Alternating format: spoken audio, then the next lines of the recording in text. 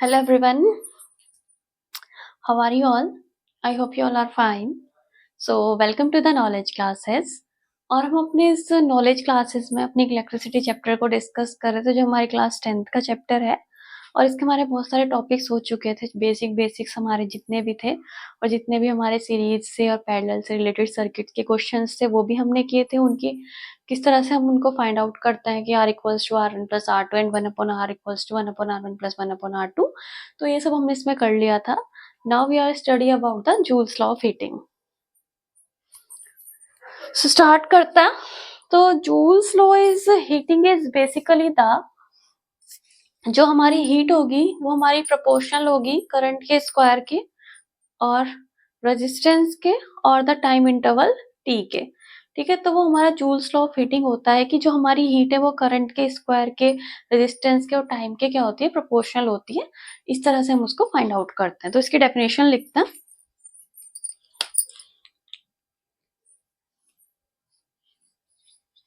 Heat is proportional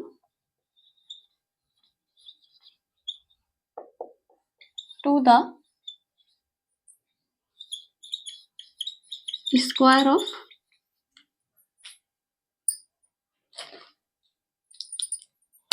current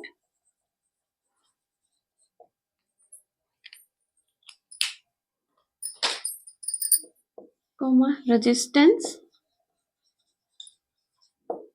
and the time. So ये इसकी definition होती है जूल्स लॉ ऑफ हीटिंग की. इसके अकॉर्डिंग जो हमारी हीट होगी ओके प्रोपोर्शनल होगी हमारे आई स्क्वायर के भी, प्रोपोर्शनल होगी आर के भी एंड प्रोपोर्शनल होगी टी के भी. सो यहीं से ये बन जाता है I square R T. Okay, this is a Joule's law of heating. आप कांस्टेंट यहाँ पर कुछ भी पुट कर सकते हो. You put the K, so k value is 1 and formula is H equals to I square R T. So this one is the Joule's law of heating.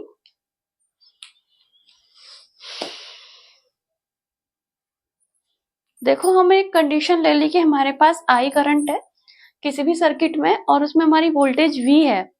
ठीक है, तो उसकी पावर हमारी कितनी हो जाएगी, that power is a P equals to VI. और उस सर्किट में से हमारा जो चार्ज फ्लो हो रहा है that is a Q with a time interval T. उसके लिए हमारा जो फॉर्मूला क्या बनेगा उसको हम फाइंड आउट करते हैं. Now in the next term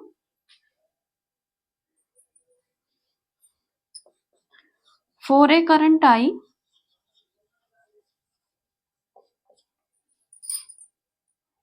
in circuit and potential difference is V,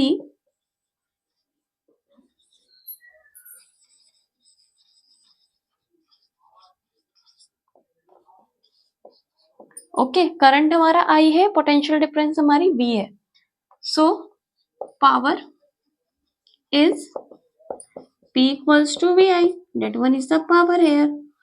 Okay, now in this condition for a charge Q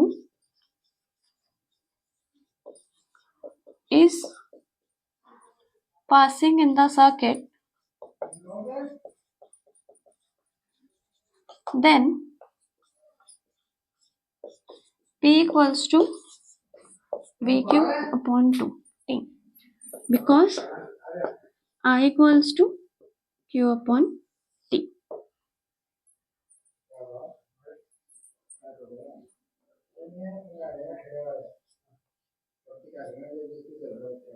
Okay, so this one is the Joule's law of heating. Please note down.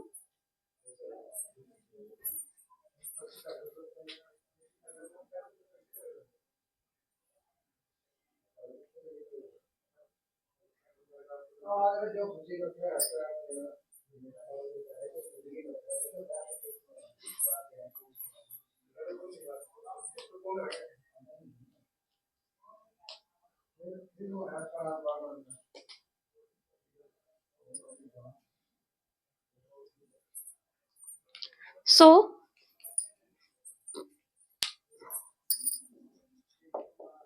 now the heat produced in circuit, यानी जो heat या फिर जो energy dissipated होगी circuit में, that is a H equals to V I and T. Okay.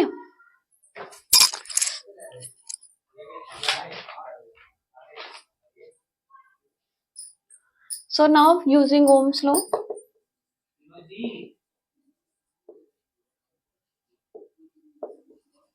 V equals to IR, put here, H equals to I square RT. So this one is the Joule's law of heating. So Joule's law of heating is basically the जो heat होगी आपकी वो directly proportional होगी for the square of the current, resistance R and the time interval is T. Okay. Now you use the any constant here and put the value of constant is 1, that is H equals to I square RT. Now I is a current flowing in any circuit with a potential difference is V, then P equals to VI, and for a charge Q, P equals to V, I की जगह हम क्या put कर सकते हैं, Q upon T. जो हमारी heat produce होगी सर्किट में वो कैसी होगी, H equals to VI T. Now using Ohm's law, V equals to IR, then H equals to I square R T. Okay, this one is the Joule's law of heating and this is a very very important. I think यहाँ तक आपको clear हुआ होगा.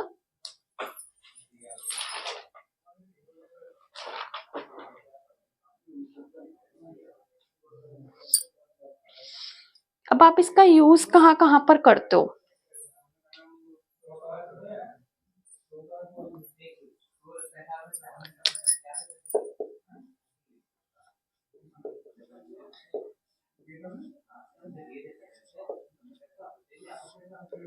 That is a electric bulb.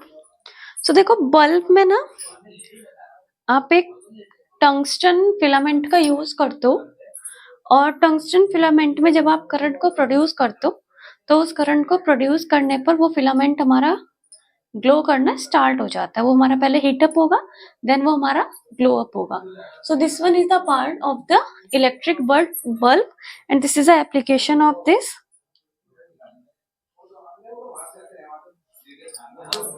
सो इसकी applications है,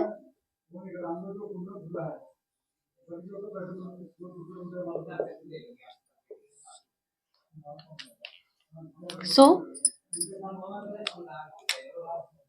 in a bulb tungsten filament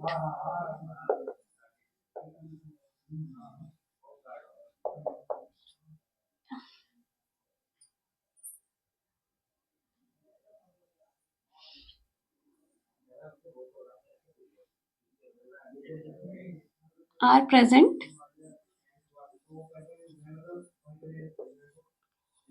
Now we produced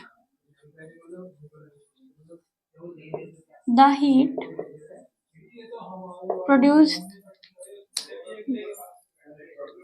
the current.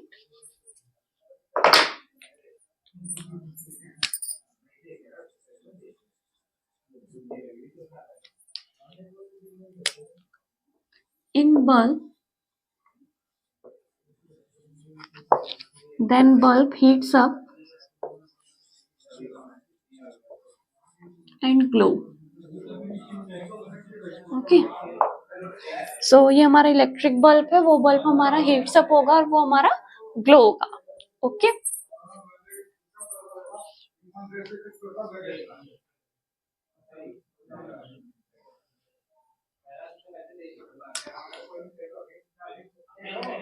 देखो electric fuse हमारा next है.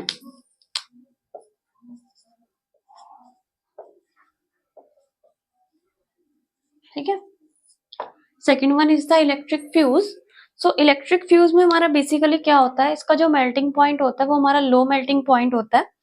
और जैसे हम किसी भी सर्किट में करंट को राइज करते हैं तो राइज करने पर वायर मेल्ट होता है और सर्किट ब्रेक होता है और वो डैमेज को क्या करता है, वो एकदम से डैमेज होने से उसको रोकता है. ठीक है, तो ऐसे करके हमारा इलेक्ट्रिक फ्यूज जो है वो वर्क करता है. इट मीन्स इसका जो मेल्टिंग पॉइंट होगा that is a low melting point.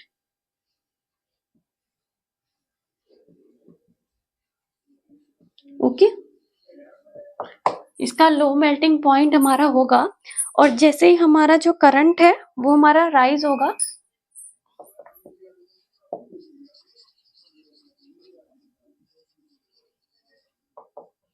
Then wires melt होंगे। ओके, तो जैसे ही हमारा करंट हमारा राइज हुआ, हमारे वायर्स क्या हो गए, मेल्ट होना स्टार्ट हो गए और वो हमारे सर्किट को एक तरह से ब्रेक करते हैं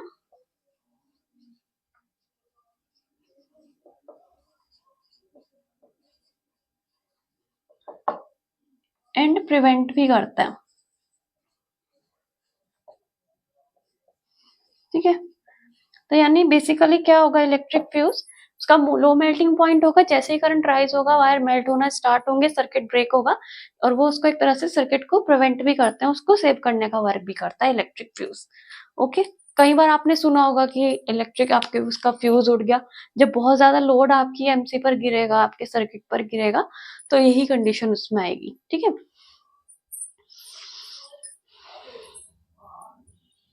सो ये इसकी एप्लीकेशंस थी, electric bulb and electric fuse. एक एप्लीकेशन आपकी इसकी और है, हम उसको भी करते हैं।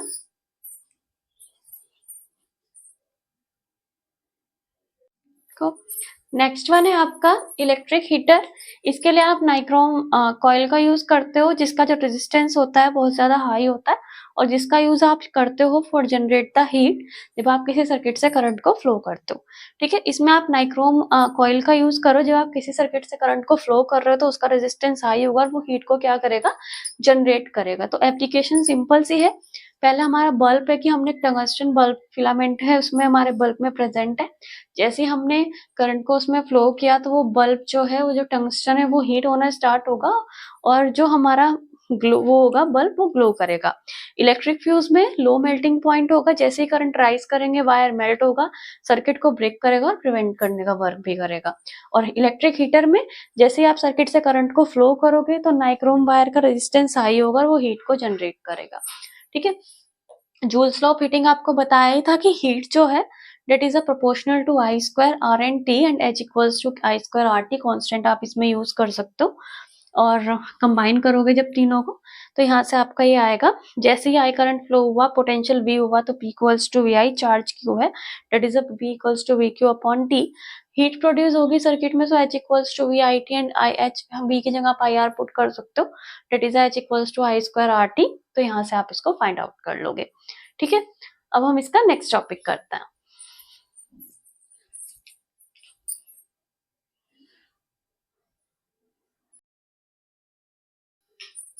ओके, तो ये लास्ट टॉपिक करते हैं इस चैप्टर का, that is electric power.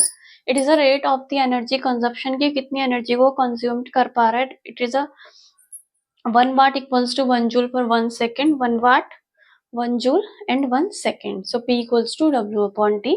So electric power एक इलेक्ट्रिक सर्किट के लिए है, जो रेट होगा इलेक्ट्रिक एनर्जी का वो कितना कंज्यूम्ड कर रहा है, कितना उसको डिसिपेटेड का मीन्स होता है कंज्यूम्ड। ओके, देखो सो इलेक्ट्रिक पावर जो होगी इलेक्ट्रिक सर्किट की वो एक रेट होगा कि वो कितनी इलेक्ट्रिक एनर्जी को कंज्यूम कर रहा है, कितना डिसिपेटेड कर रहा है किसी भी सर्किट में, that is E equals to VIT। Now we put the V equals to IR, so E equals to I square RT, this is same formula for the Joule's law of heating, and E equals to V square upon I square, if we put the I equals to V upon R here, then E equals to V square upon R dot T। 1 kilowatt में हमारे 10 की power 3 वाट होंगे, 1 megawatt में हमारे 10 की power 6 वाट होंगे and 1 gigawatt में हमारे 10 की पावर 9 वाट होंगे।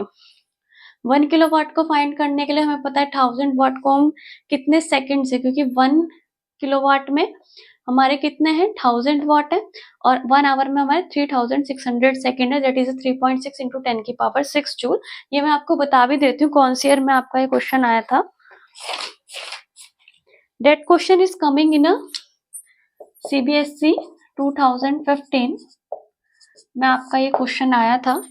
कॉमर्शियल रेट होगी किसी भी सर्किट के लिए कि 1 watt hour is a energy use in a 1 watt of power, कि 1 वाट ऑफ पावर वो कंज्यूम कर रहा है हमारा 1 आवर में। This one is a commercial unit of energy, it is a commercial unit जो होगी हमारी इलेक्ट्रिकल सप्लाई की, it is a kilowatt hour and it is also called the unit.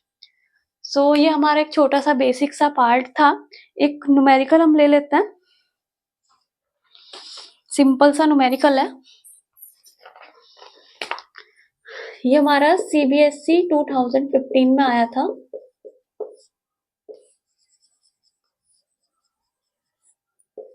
Three ohm, here is also 3 ohm. Use the battery here. Okay, तो इसके लिए हमें find out क्या करना है, करंट को हमें इसमें फाइंड आउट करना है। ओके,